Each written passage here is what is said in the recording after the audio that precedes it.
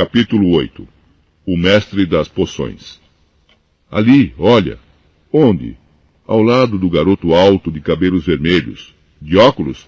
Você viu a cara dele? Você viu a cicatriz? Os murmúrios acompanharam Harry desde a hora em que ele saiu do dormitório no dia seguinte.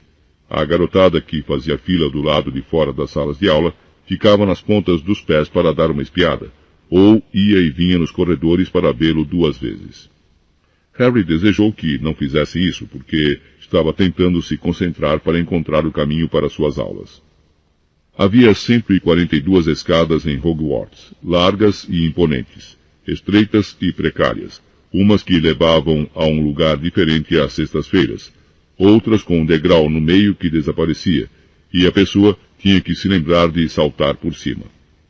Além disso, havia portas que não abriam, a não ser que a pessoa pedisse por favor, ou fizesse cócegas nelas no lugar certo, e portas que não eram bem portas, mas paredes sólidas que fingiam ser portas. Era também muito de claro onde ficavam as coisas, porque tudo parecia mudar frequentemente de lugar. As pessoas nos retratos saíam para se visitar, e Harry tinha certeza de que os brasões andavam. Os fantasmas também não ajudavam nada. Era sempre um choque horrível quando um deles atravessava de repente uma porta que a pessoa estava querendo abrir. Nick, quase sem cabeça, ficava sempre feliz de apontar a direção certa para os alunos de Grifinória. Mas Pirraça, o poltergeist, representava 2 portas fechadas e uma escada falsa, se a pessoa o encontrasse quando estava atrasada para uma aula.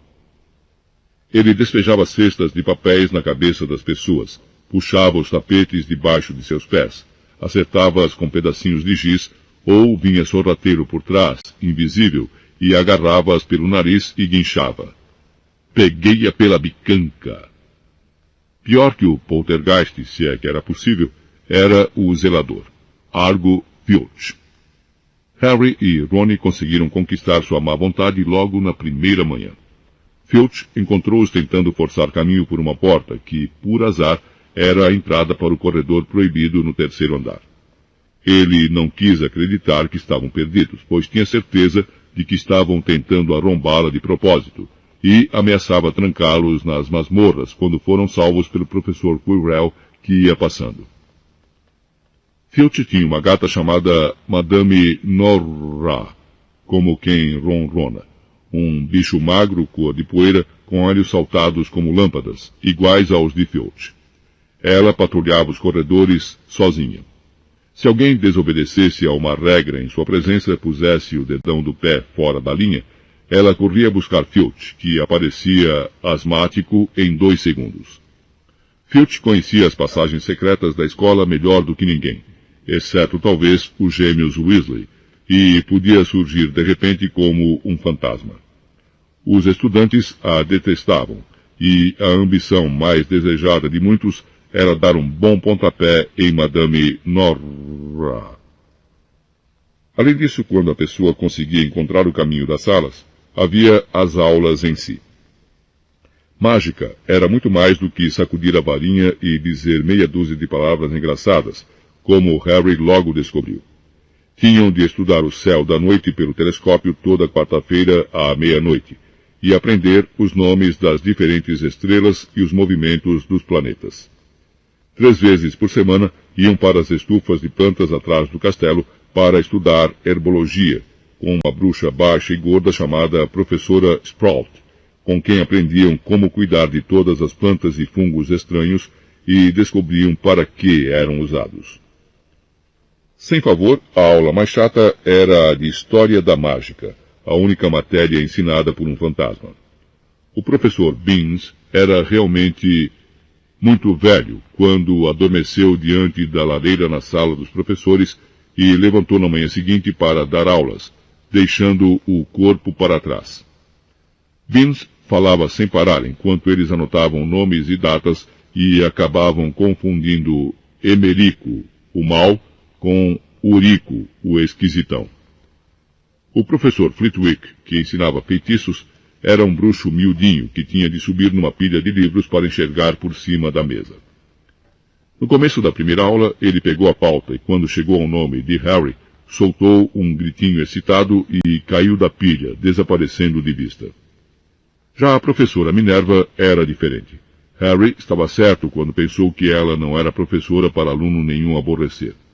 Severa e inteligente, fez um sermão no instante em que eles se sentaram para a primeira aula. A transfiguração é uma das mágicas mais complexas e perigosas que vão aprender em Hogwarts. Quem fizer bobagens na minha aula vai sair e não vai voltar mais. Estão avisados. Transformou então a mesa em porco e de volta em mesa.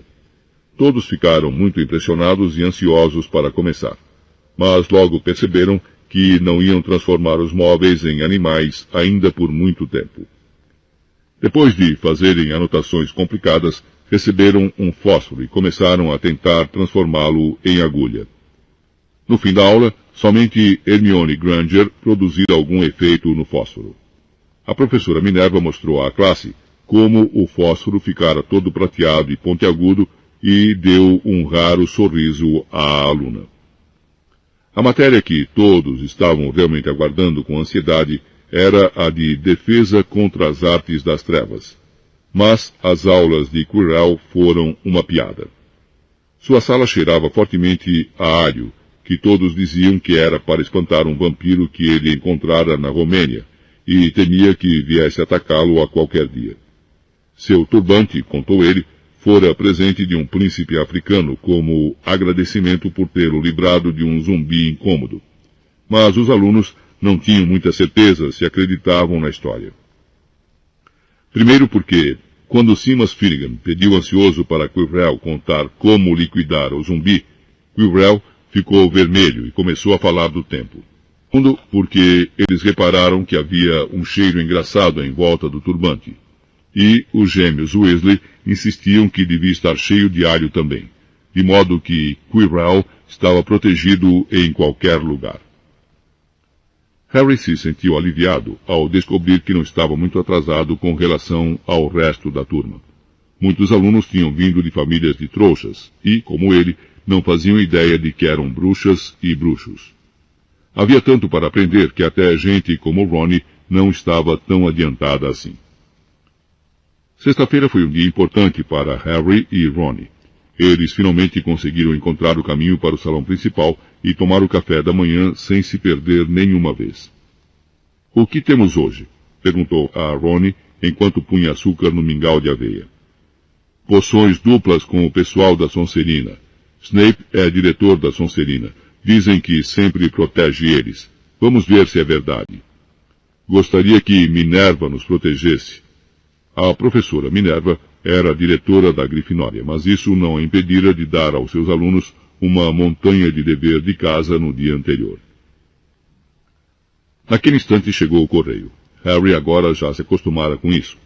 Mas levaram um susto na primeira manhã quando centenas de corujas entraram de repente no salão principal durante o café da manhã, circulando as mesas até verem seus donos e deixarem cair as cartas e pacotes no colo deles. Edviges não trouxera nada para Harry até então. Às vezes entrava para beliscar sua orelha e comer um pedacinho de torrada antes de ir dormir no corujal com as outras corujas da escola. Esta manhã, porém, ela esvoaçava entre a geleia e o açúcar e deixou cair um bilhete no prato de Harry. Ele o abriu imediatamente. Prezado Harry, dizia numa letra muito garranchosa. Sei que tem as tardes de sextas-feiras livres, então será que não gostaria de vir tomar uma xícara de chá comigo por volta das 3 horas? Quero saber como foi a sua primeira semana. Mande-nos uma resposta pela Edviges. Hagrid. Harry pediu emprestada a pena de Ron e escreveu Sim, gostaria, vejo você mais tarde, no verso do bilhete, e despachou Edviges outra vez. Foi uma sorte que Harry tivesse o convite de Hagrid com que se alegrar, porque a aula de poções foi a pior coisa que lhe acontecera até ali. No início do banquete de abertura do ano letivo, Harry tivera a impressão de que o professor Snape não gostava dele. No final da primeira aula de poções, ele viu que se enganara. Não era bem que Snape não gostava de Harry. Ele o odiava. A aula de poções foi em uma das masmorras. Era mais frio ali do que na parte social do castelo, e teria dado arrepios mesmo sem os animais embalsamados flutuando em frascos de vidro nas paredes à volta. Snape, como Flitwick, começou a aula fazendo a chamada, e, como Flitwick, ele parou no nome de Harry. Ah, sim, disse baixinho. Harry Potter, a nossa nova celebridade. Draco Malfoy e seus amigos Crabbe e Goyle deram risadinhas escondendo a boca com as mãos. Snape terminou a chamada e encarou a classe. Seus olhos eram negros como os de Hagrid, mas não tinham o calor dos de Hagrid. Eram frios e vazios, e lembravam túneis escuros. Vocês estão aqui para aprender a ciência sutil e a arte exata do preparo de poções, começou. Falava pouco acima de um sussurro, mas eles não perderam nenhuma palavra. Como a professora Minerva, Snape tinha o dom de manter uma classe silenciosa sem esforço. Como aqui não fazemos gestos tolos, muitos de vocês podem pensar que isto não é mágica. Não espero que vocês realmente entendam a beleza de um caldeirão cozinhando em fogo lento, com a fumaça a tremeluzir, o delicado poder dos líquidos que fluem pelas veias humanas e enfeitiçam a mente, confundem os sentidos. Posso ensinar-lhes a engarrafar fama, a cozinhar glória, até a zumbificar, se não forem o bando de cabeças ocas que geralmente me mandam ensinar. Mas silêncio seguiu-se a esse pequeno discurso. Harry e Ron se entreolharam com as sobrancelhas erguidas. Hermione Granger estava sentada na beiradinha da carteira e parecia desesperada para começar a provar que não era uma cabeça oca. Potter, disse Snape de repente. O que eu obteria se adicionasse raiz de asfódelo em pó a uma infusão de losna? Raiz do que em pó a uma infusão do quê? Harry olhou para Ron, que parecia tão embatucado quanto ele. A mão de Hermione se ergueu no ar. Não sei, não, senhor, disse Harry. A boca de Snape se contorceu num riso de desdém. A fama, pelo visto, não é tudo. E não deu atenção à mão de Hermione. Vamos tentar outra vez, Potter. Se eu lhe pedisse, onde você iria buscar bezoar? Hermione esticou a mão no ar o mais alto que pôde, sem se levantar da carteira. Mas Harry não tinha a menor ideia do que foi bezoar. Tentou não olhar para Malfoy, Crabbe e Goyle, que se sacudiam de tanto rir. Não sei, não, senhor. Achou que não precisava abrir os livros antes de vir, hein, Potter? Harry fez força para continuar olhando diretamente para aqueles olhos frios. Folheara os livros na casa dos Dursley, mas será que Snape esperava que ele se lembrasse de tudo que vira em 1000 ervas e fungos mágicos? Snape continuava a desprezar a mão trêmula de Hermione. Qual é a diferença, Potter, entre acônito licóctono e acônito lapelo? Ao ouvir isso, Hermione se levantou, a mão esticada em direção ao teto da masmorra. Não sei, disse Harry em voz baixa. Mas acho que Hermione sabe. Por que o senhor não pergunta a ela? Alguns garotos riram. Os olhos de Harry encontraram os de Simas, e este deu uma piscadela. Snape, porém, não gostou. Sente-se, disse com rispidez a Hermione. Para sua informação, Potter, asfódelo e losna produzem uma poção para adormecer tão forte que é conhecida como a poção do morto-vivo. O bezoar é uma pedra tirada do estômago da cabra e pode salvá-lo da maioria dos venenos. Quanto aos dois acônitos, são plantas do mesmo gênero botânico. Então, por que não estão copiando o que estou dizendo?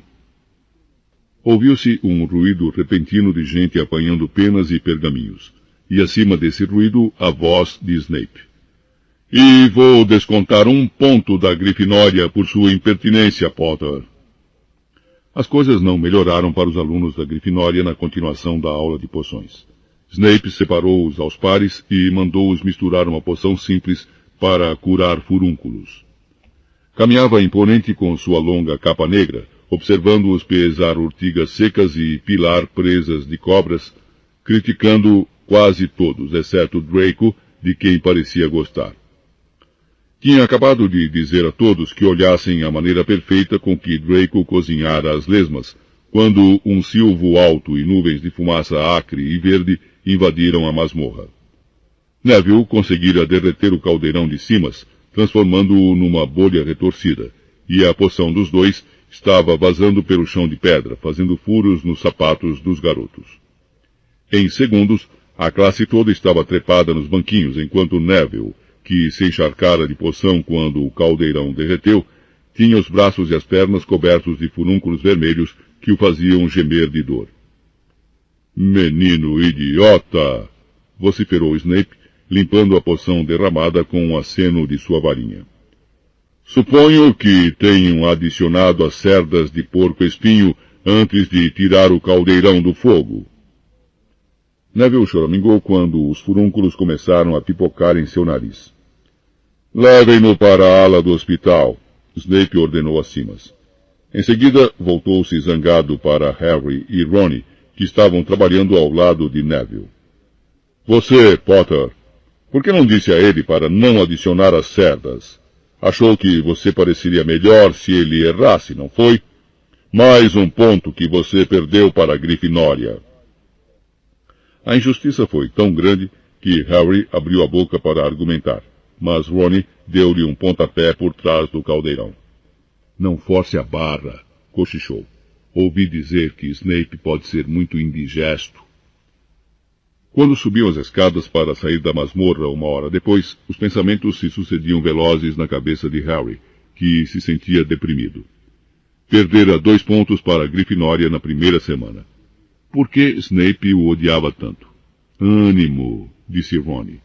"Snape está sempre tirando pontos de Fred e George. Posso ir com você à casa de Rubio?" Às 2:55, eles saíram do castelo e atravessaram a propriedade. Hagrid morava numa casinha de madeira na orla da Floresta Proibida.